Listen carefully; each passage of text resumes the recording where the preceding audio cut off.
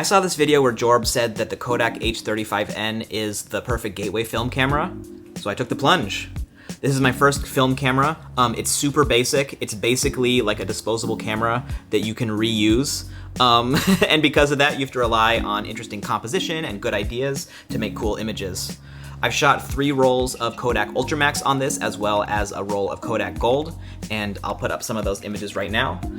These were mostly shot around where I live in Oregon, as well as on some work trips to Denver and Boston. I'll put a little bit of gray text in the corner too, telling you if they're cropped or edited in any other way.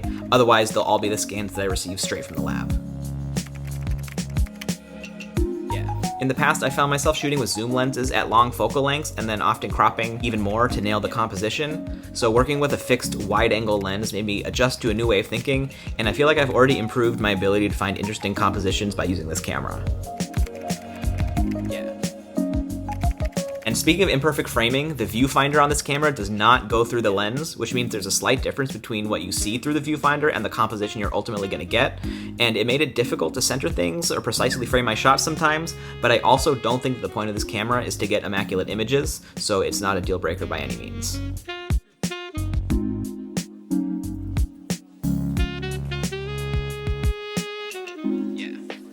I don't have much to say about the differences between Ultramax and Gold. Ultramax seemed a little more vivid, which is nice, but also I didn't end up editing any of the Gold images at all. I just liked how they looked. It's more natural looking, maybe?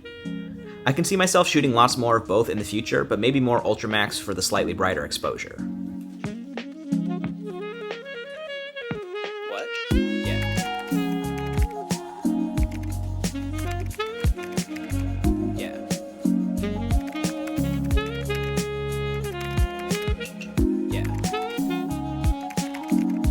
I'm really happy that I got this camera because it's really fun to use. It's almost like shooting with your phone in the way that it's so casual.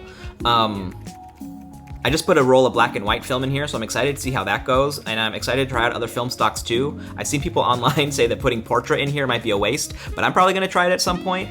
The bottom line is, like, I don't feel limited by this camera. I feel like liberated to play, and that's really fun. That's really exciting, and it makes me want to get out there and take more pictures.